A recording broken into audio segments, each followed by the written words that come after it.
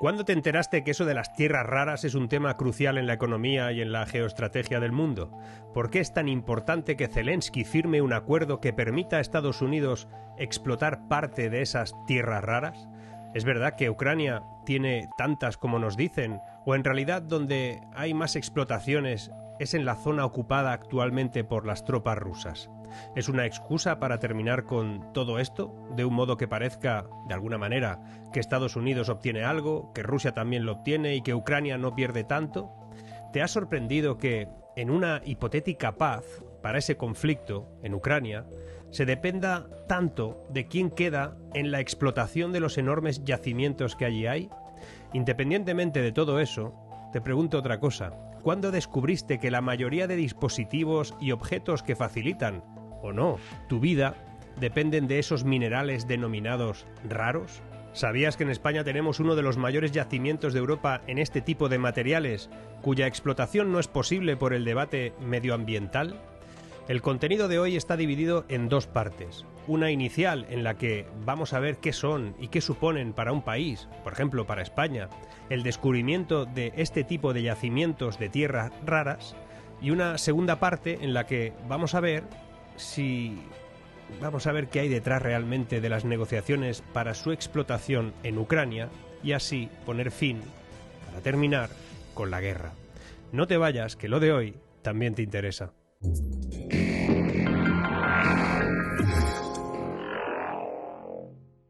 A finales de la década anterior, en España se identificó un importante yacimiento de tierras raras en la comarca de Campo de Montiel, en Ciudad Real. Resulta que este hallazgo está liderado por una empresa llamada Quantum Minería y reveló la presencia de monazita rica en elementos estratégicos como cerio, neomidio y lantano. Así se llaman, por eso son raros. Se estima que este depósito podría producir hasta 2.100 toneladas anuales de óxidos de tierras raras, un volumen capaz de cubrir en torno al 33% de la demanda europea de estos materiales. Es una barbaridad. Dado que las tierras raras son insumos críticos para la alta tecnología y para la transición energética, curiosamente, el descubrimiento, en su momento generó esperanzas para poder reducir la dependencia exterior de toda Europa. Sin embargo, y así están todavía, ha desatado y desató un intenso debate ambiental y geopolítico. ¿Debe España explotar ese recurso estratégico a una costa de posibles impactos ecológicos? ¿Cómo encaja ese yacimiento en la rivalidad global por los minerales críticos? Vamos a responderlo. Las tierras raras son un grupo de 17 elementos químicos, los 15 lantánidos más el escandio, el itrio, que tienen propiedades todos ellos magnéticas y electrónicas únicas. Aunque su nombre podría sugerirlo, no son raras en abundancia, lo son porque no están en muchos sitios. El desafío es que están dispersas en bajas concentraciones y eso dificulta su extracción. Por eso son tierras raras. Estos metales son fundamentales para fabricar componentes avanzados que ahora mismo son imprescindibles en la sociedad. Se emplean, por ejemplo, en los imanes de alto rendimiento que están presentes en las turbinas eólicas, en los motores de los vehículos eléctricos, en pantallas de los teléfonos móviles, en ordenadores, en láseres y en sistemas de comunicaciones, así también como en una amplia gama de equipos médicos, resonancias magnéticas, lentes especiales, sistemas de defensa. La enorme importancia estratégica de estos minerales, en realidad, contrasta con la realidad de su suministro. Fijaos, China ha logrado un cuasimonopolio mundial en la producción y refinado de tierras raras desde los años 90. El refinado es clave. Hoy en día cerca del 70% de la producción global proviene de China, país que también controla casi el 90% de la capacidad de procesamiento y refinamiento de todo el mundo, el 90% en el refinado. Esto significa que incluso minerales extraídos en otros lugares suelen terminar siendo procesados en las fábricas chinas. Esta gente lo prevé todo. Europa en particular se encuentra en una situación de elevada dependencia porque alrededor del 98% de las tierras raras que utiliza la Unión Europea son de importación desde China. 98%. Esa dependencia supone un riesgo económico y geopolítico. Las tierras raras se consideran materias primas críticas para las metas climáticas, las metas digitales de toda Europa, y se proyecta que su demanda de estos metales se va a multiplicar por 5 o por 7 veces en la próxima década o en las próximas décadas debido al despliegue masivo, obviamente, de energías renovables, de vehículos eléctricos, de todo eso que está planteado. Sin embargo, sin nuevos proveedores, Europa va a seguir vulnerable a eventuales restricciones o encarecimientos que dicte Beijing, Pekín, los chinos. No es un riesgo teórico. China ya ha utilizado ese dominio como palanca, por ejemplo, restringiendo cuotas de exportación en 2010 durante una disputa que tuvo con Japón. Los dejó listos. Además, incluso también recientemente, en 2025, este mismo año, vetando esas ventas de materiales avanzados a algunos contratistas de defensa estadounidense en respuesta a tensiones geopolíticas, dejó claro quién manda en este tema. Las estimaciones indican que la mina de Ciudad Real, de ponerse en marcha, aportaría una fracción significativa del consumo europeo. Nos dejaría menos dependientes. Los análisis iniciales sugieren que su producción cubriría, como te decía, 1/3 de las necesidades de toda la Unión Europea. E incluso se ha llegado a plantear que en escenarios futuros de alta demanda, centrados en el neodimio, esta única explotación podría proveer el 50% de los requerimientos europeos en ese justo elemento estratégico. Sin embargo, abrir la puerta a la minería de tierras raras dentro de la Unión Europea siempre se enfrenta a un obstáculo inmediato y gigantesco: la oposición medioambiental y las exigentes regulaciones que han frenado siempre proyectos similares durante el pasado. La extracción y procesamiento de esas tierras raras conllevan serios desafíos medioambientales, no lo niego, pero aunque esos elementos no son raros en la corteza terrestre, suelen aparecer en concentraciones muy bajas, por lo que su minería implica mover y tratar enormes cantidades de rocas, arena, y normalmente se usa muchos compuestos químicos que son muy tóxicos para separar los metales deseados de los que no se quieren. En China, epicentro de esta industria, el impacto ya se sabe que ha sido severo, importante. Grandes lagos de desechos contaminantes, por ejemplo, en Batu o Baotou, en Mongolia Interior, se han convertido en un símbolo de la cara oculta de esas tecnologías limpias. En el caso del yacimiento de Ciudad Real, pues resulta que el debate entre sostenibilidad y competitividad pues lleva ahí unos años atascado. Desde 2015, los colectivos ecologistas vecinos de la zona ya se organizaron para frenar ese proyecto minero. Y en 2017, el propio gobierno regional de Castilla-La Mancha denegó los permisos de explotación a la empresa Quantum Minería. Y así pues acabó paralizando el plan inicial.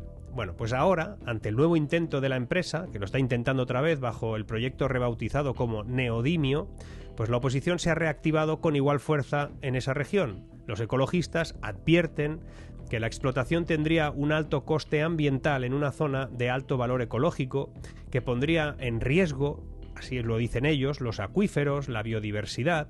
Además, por otro lado, pues los defensores del proyecto, que son los de la empresa y otros que también consideran que puede ayudar, aseguran que aplicarían tecnologías limpias, planes de restauración del entorno. Ese yacimiento español de tierras raras no es solo una cuestión doméstica, forma parte de un tablero geopolítico global donde las potencias van a competir por el acceso a minerales críticos. Porque mientras China refuerza su control sobre estos recursos, Europa está ahí buscando diversificar sus fuentes, pero se enfrenta a barreras normativas y ambientales que ellos mismos pusieron. Es decir, la trampa nos la pusimos nosotros mismos. El descubrimiento en España representa una encrucijada entre la oportunidad y la precaución. Por un lado, brinda la posibilidad de que Europa avance hacia la soberanía tecnológica en un recurso clave, pero por otro, confronta a la sociedad con una paradoja oculta de todo este desarrollo. Resulta que las energías limpias y los dispositivos inteligentes requieren materiales cuya obtención acarrea impactos locales muy serios. Y aquí es cuando aparece el segundo asunto. La reciente declaración de hoy mismo del presidente ucraniano Zelensky, en la que se muestra dispuesto a firmar un acuerdo sobre esas tierras raras con Estados Unidos tras el desafortunado, llamémoslo así, encuentro del pasado viernes con Donald Trump, abre un abanico de interrogantes sobre la verdadera distribución y explotación de esos recursos en el territorio ucraniano.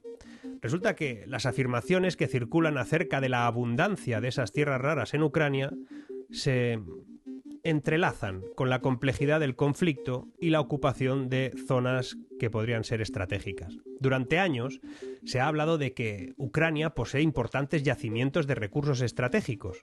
Bien, entre ellas tierras raras. Sin embargo, la realidad geológica y económica del país no es tan sencilla, ¿eh?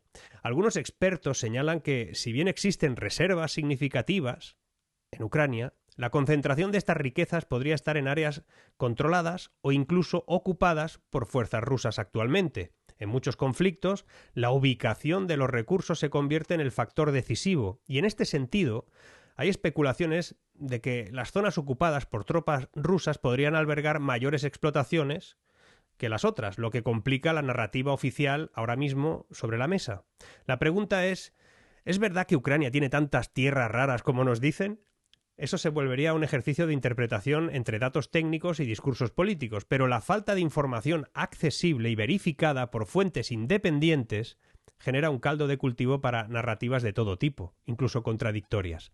Algunos informes sugieren que la manipulación de esta información podría, obviamente, tener fines estratégicos, en donde la promoción de la idea de abundantes recursos en territorio ucraniano, y por derivación bajo control ucraniano, serviría para fortalecer su posición en negociaciones internacionales. Pero por otro lado, si se demostrara que las áreas más ricas en esos minerales se encuentran en los territorios ahora mismo ocupados, esto podría cambiar radicalmente el escenario de negociación.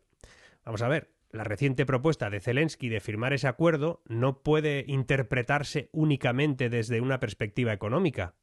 No, estaríamos equivocándonos. Esto es geopolítica. En el contexto actual, en el que se ha visto alterada la dinámica tradicional de poder, tal y como lo estamos viendo ahora, el control de los recursos estratégicos adquiere un valor simbólico y real, inmenso. Para Estados Unidos, consolidar un acuerdo de este tipo no solo significa asegurarse el suministro de materiales esenciales para sus industrias tecnológicas y de defensa, sino también para fortalecer la alianza con Ucrania en una región en conflicto. La estrategia detrás de este acuerdo, en realidad, podría interpretarse como una maniobra para equilibrar los intereses de las potencias involucradas. Tanto Estados Unidos como Rusia tienen formas para influir en el desenlace del conflicto ucraniano. Lo estamos viendo. Son los que cuentan. Mientras que Washington busca afianzar su hegemonía a través de acuerdos que aseguren recursos vitales, Rusia podría ver en mantener la ocupación de esos territorios ricos en tierras raras una forma de preservar su influencia y de contrarrestar la intervención occidental, no solo por las tierras. En ese sentido, la propuesta de paz, basada en la redistribución o control de esos yacimientos, en realidad se presenta como una solución equilibrada, aparentemente, donde cada actor obtiene algo sin que Ucrania pierda demasiado en el proceso. O mejor dicho, para que no pierda más. Ahora bien, la idea de que el conflicto podría resolverse en un formato que permita que Estados Unidos y Rusia, cada uno a su manera, obtengan beneficios estratégicos y que al mismo tiempo se minimicen las pérdidas de Ucrania, pues podría ser factible y no tan descabellada. Las negociaciones de paz en escenarios de conflicto prolongado como este suelen estar marcadas siempre por concesiones que trascienden lo militar y, por desgracia, incluso lo humanitario, incorporando siempre intereses económicos y geopolíticos.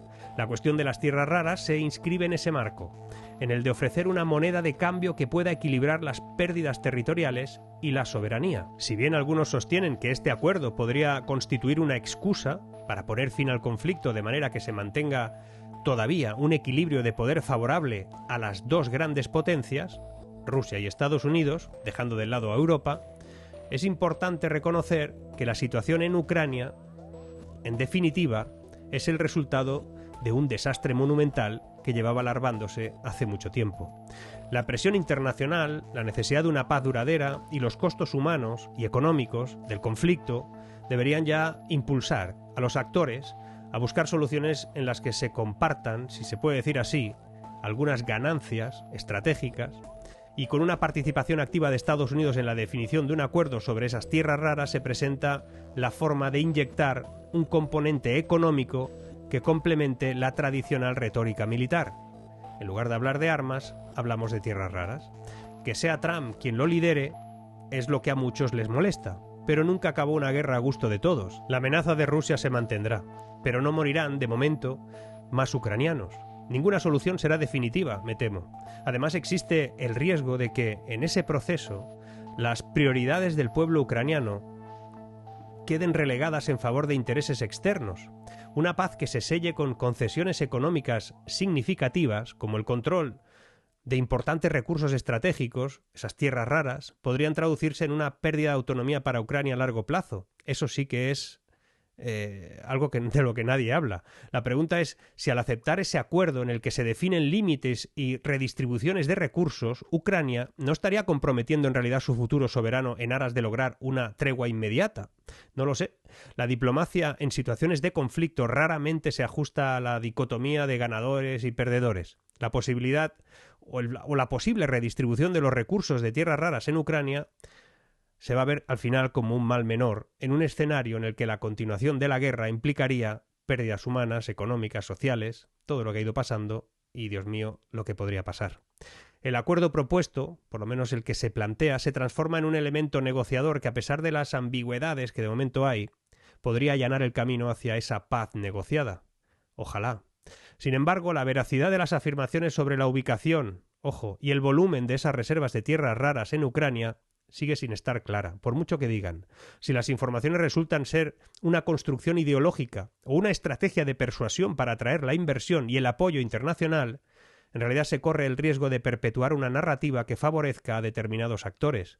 Por el contrario, si se demuestra que los recursos están realmente en las zonas en disputa, la situación se complicaría aún más, dado que cualquier acuerdo de paz debería tener en cuenta la redistribución territorial y el control efectivo de los yacimientos. De eso no pone nada ningún papel de momento, ¿eh? No cabe duda de que en un mundo cada vez más interconectado, esos recursos estratégicos como las tierras raras tienen el potencial de transformar no solo las economías, sino incluso de equilibrar el poder global y, quién sabe, impulsar una paz. Y es que esas tierras parecen ser la clave al final de todo. Unos minerales que deberíamos buscar todos y, si los encontramos, buscar el modo de explotarlos, digo yo. Igual ponerse muy espléndido con el asunto del impacto ambiental no es demasiado prudente. Mejor buscar cómo equilibrar su explotación, si tienes la opción, con el coste ecológico. Negarse sin aportar una alternativa te condena a la dependencia. En Europa son contrarios a la explotación de estos yacimientos por derivación, así, de serie. Pero no dicen cómo piensan integrar todas las tecnologías sostenibles, esas que quieren que tengamos, sin esas tierras raras.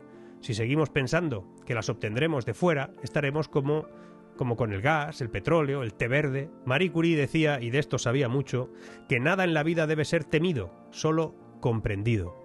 Ahora es el momento de comprender más, decía, para que podamos temer menos. Europa se encuentra hoy mismo ante sus tierras raras como un jardinero indeciso que posee semillas valiosas pero teme plantar su jardín por miedo a alterar el suelo. Mientras el continente se ahoga en su propia burocracia, Europa, y sus contradicciones, permitiendo que otros cosechen los frutos de su indecisión, la verdadera fortaleza de España, de Europa, no yace bajo el suelo de Ciudad Real, no, sino en nuestra capacidad para reconciliar la innovación con la responsabilidad.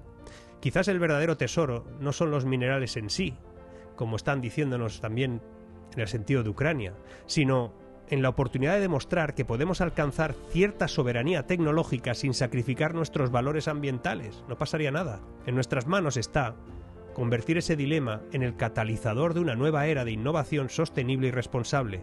Las piedras, esas piedras que aparecen, o que algunos creen que son obstáculos, tal vez mañana serán los cimientos de nuestra independencia tecnológica. El problema es el de siempre. Los que tienen que hacer todo esto les encanta generar sociedades dependientes, porque son más controlables. Vigilemos en esas negociaciones sobre las tierras raras. ¿Qué hay de raro ahí? Seguimos.